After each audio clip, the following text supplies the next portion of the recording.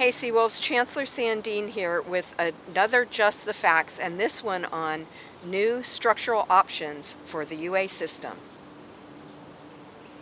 What happened at the Audit Committee last week? At the Board of Regents Audit Committee on Wednesday the 13th, they ended up charging the President and the Chancellors with coming up with some transformative structural options for the UA system. Why was the Audit Committee interested in these structural options? The Board of Regents Audit Committee is concerned with the finances of the university, so they're concerned with state budget cuts, tuition revenue reductions due to enrollment declines, and also additional expenses due to our COVID-19 response. So they wanted to see some big ideas for how we can close those gaps.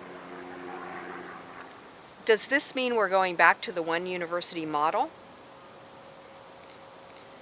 No, the President has said that we are not re-examining that model.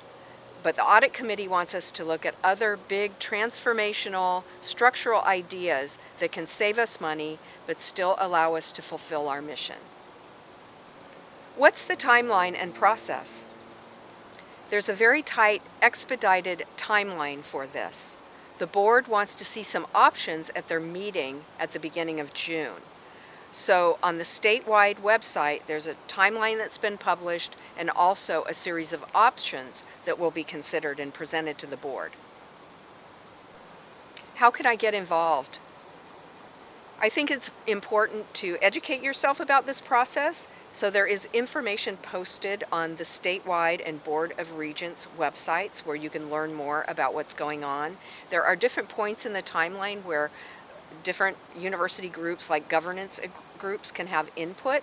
So I encourage you, educate yourself about this process and look at that timeline and information for where it's appropriate for you to become involved. Thank you.